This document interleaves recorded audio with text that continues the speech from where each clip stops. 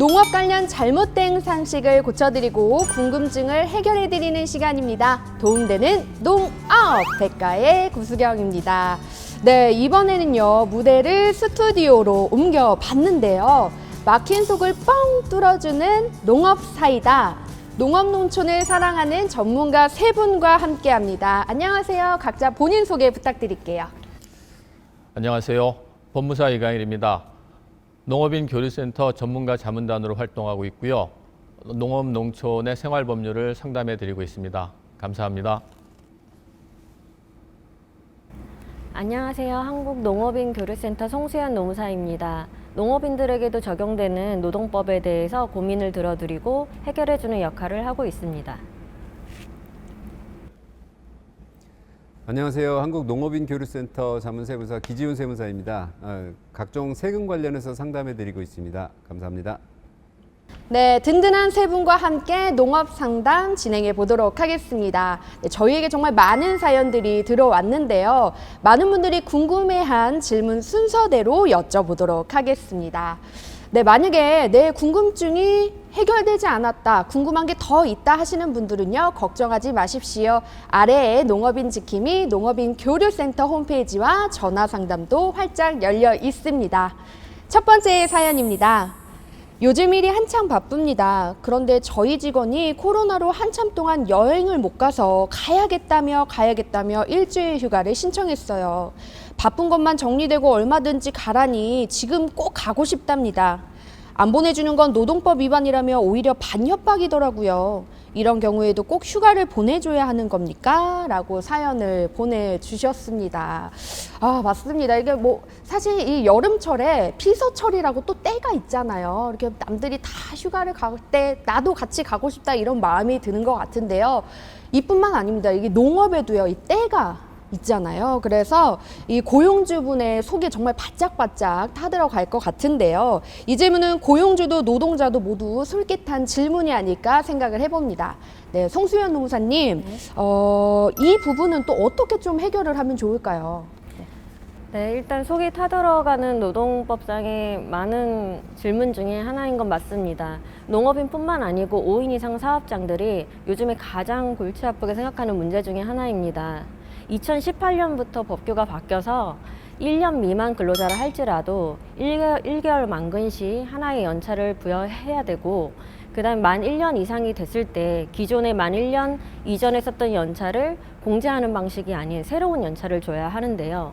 이로써 5인 이상 사업장에서 가장 무서운 근로기준법 중에 하나가 연차 유급 휴가 부여입니다. 만약에 만 1년 하고도 하루 근무하게 되면은 이 근로자는 퇴사를 할지라도 연차가 26개가 발생하는 일이 생깁니다. 따라서 우리가 사업 운영에 막대한 경영상의 문제가 없다면 웬만하면 연차는 부여하시는 것이 좋습니다.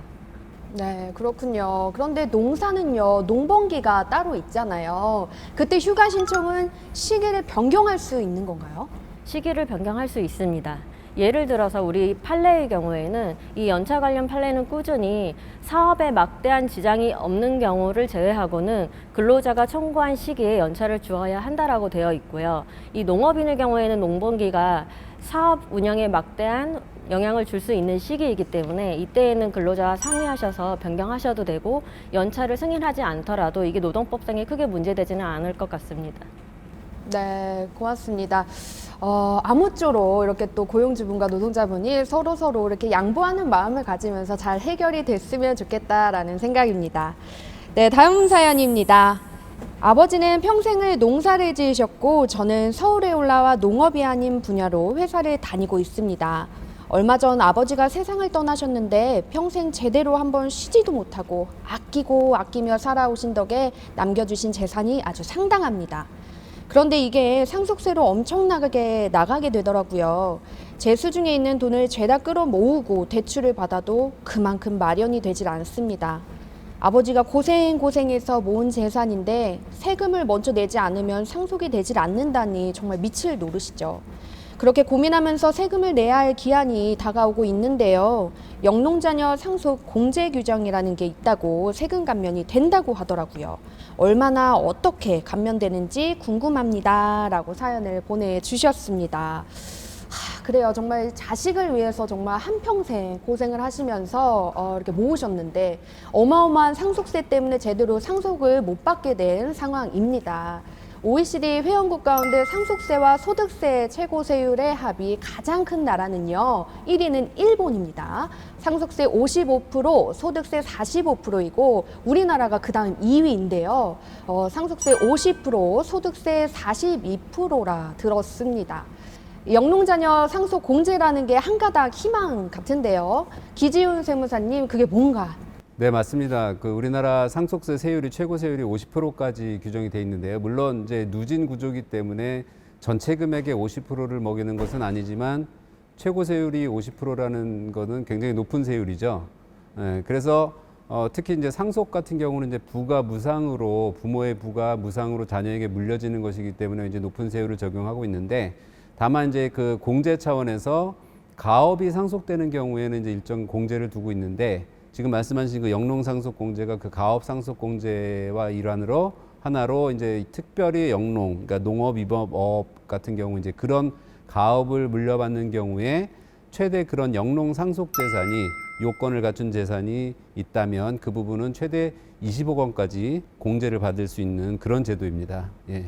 네, 그러면 부담이 정말 한결 줄어들 것 같은데요. 그럼 사연자의 경우 20억 원에 해당되는 재산에 세금이 공제된다는 말씀이신 거죠? 네, 그럴 수 있는 건데 말씀드린 것처럼 그 굉장히 큰 금액을 공제를 해주잖아요. 그러다 보니까 이제 요건이 굉장히 까다롭습니다. 그래서 피상속인, 그러니까 돌아가신 아버님의 그 요건도 있고 그 상속을 받는 상속인의 요건도 있는데 기본적으로 뭐 소급해서 2년 이전에 농업에 종사를 해야 되고 그런 부분들이 또 있습니다. 그래서 뭐 상속인 같은 경우는 18세 이상이어야 하고 결정적으로 지금 사연자분 얘기를 들어보니 그러니까 뭐 직장 생활을 그냥 따로 하시는 분 같아서 아마도 이분은 그 공제를 적용받기가 어려우시지 않을까 그런 생각이 되네요. 와, 너무너무 안타깝습니다. 네, 그렇다고 갑자기 뭐 농사를 지을 수도 있는 것도 아니고요. 그죠?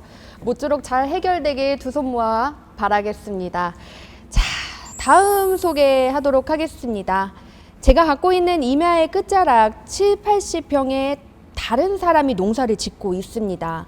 시간이 참 빠르죠. 그게 벌써 10년 정도가 되었는데 면적이 크지 않아 크게 문제 삼지 않았어요. 그런데 이제 아주 땅 주인 행세를 하더라고요.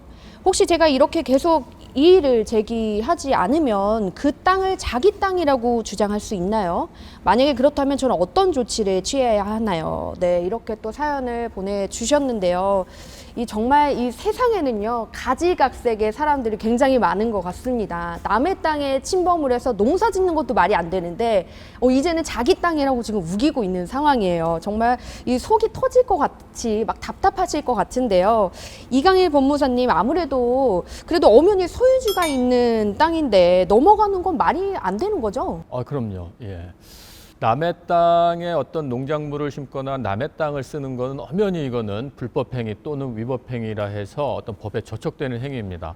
그런데 경계라든지 이런 걸 착오해 갖고 또는 뭐 이제 자연재해, 뭐 홍수나 이런 걸로 인해서 경계가 약간 불분명해지고 다시 이제 경계를 설정하면서 남의 땅을 이제 내 땅처럼 쓸 수가 있어요. 그래서 남의 땅을 내 땅처럼 쓰는 이런 경우에 오랜 기간 문제를 삼지 않고 이의를 제기하지 않으면은 또 이제 점유취득시효라 그래갖고 20년이라는 시간이 지나면은 그 땅을 사용 경작 점유한 사람이 지금처럼 자기 땅이라고 우길 수도 있습니다.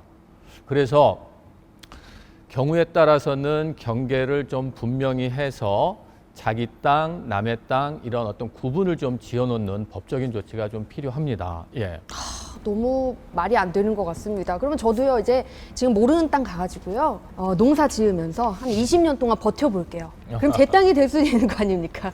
그게 그렇지 않고요. 우리 법에서는 자기가 자기의 어떤 소유의 의사로 20년 이상 점유, 경작, 사용한 땅은 설령 그게 남의 땅이라도 그 20년이라는 시간에다가 이제 법적인 효력을 부여해서 이제 그 점유취득시효에 따른 소유권을 인정을 해 주는데 이거는 이런 경우입니다. 20년이라는 시간 동안 어떤 그 이제 시간이 흐르면서 뭐 과거의 어떤 그 뭐 증거 관계라든지 또 법률 관계가 너무 이제 희미해지기도 하고, 그래서 현재 상태대로 어떤 그 법률 효과 내지 법률적인 효력을 부여함으로써 현재 상태를 좀 이제 그 안정적으로 유지시켜주는. 그런데 지금 사안처럼 누가, 즉 타인이 내 땅을 무단으로 경작할 때에는, 자, 내가 이제 이걸 알았을 때는 그 즉시 어떤 법적인 조치를 취해서 타인이, 즉 남이 내 땅을 경작하는 거를 좀 이제 그 좀 저지시키거나 또는 경계를 확실히 함으로써 양측의 어떤 소유권을 좀 좀 구분해서, 예, 그래서 이제 서로의 어떤 그 이제 그 법적인 테두리 내 어떤 그 경계를, 예, 이렇게 확실히 규정하는 게, 확정을 해두는 게 필요하죠. 예. 네. 근데 제 생각에는요, 이 10년째 남의 땅에서 저러고 있는 사람이면요, 말을 다 한 것 같습니다. 네, 하지만, 순순히 나갈 것 같지는 않지만, 그래도 만약에 나오라고 얘기를 했어요. 네. 그랬는데도 안 들어요. 그래서 안 되겠다. 내용 증명을 보냈습니다. 네. 그랬는데도 버티고 안 나가면 그때는 또 어떻게 해야 되나요? 지금 사실 우리 농업 농촌에서 자주 이렇게 발생하는 분쟁 중에 하나가 이 어떤 토지의 경계 분쟁인데요. 그 이제 침범하신 분이 그 어떤 그 시정 조치를 안 해주는 경우에는 지금 말씀하신 대로 내용 증명을 보내서 어떤 법적인 조치를 경고하고, 또 그 내용 증명을 보냈음에도 불구하고 어떤 시정 조치를 해주지 않으면은 그때는 법원에다가 이제 그 뭐 경계 확인 소송이라든지 토지 인도 소송, 예, 또는 뭐 부당이득 반환 소송해서 법적인 책임을 물을 필요가 있습니다. 예. 네, 고맙습니다. 아무쪼록 정말 잘 원만히 해결이 되기를 바라겠습니다. 네, 오늘 이 시간 궁금증 잘 해결되셨나요? 도움되는 농업 백과는 계속해서 농민 여러분의 실제 고민 사연에 명쾌한 해답을 갖고 찾아올 테니까요. 기대 많이 해주시고요. 농업계의 활력소 저 구수경과 전문 지식으로 막힌 속을 뻥 뚫어주시는 농업사이다 전문가 모두 농가의 발전과 행복을 진심으로 응원합니다. 다음 시간에 더 명쾌한 해답으로 찾아오겠습니다. 여러분, 안녕히 계세요.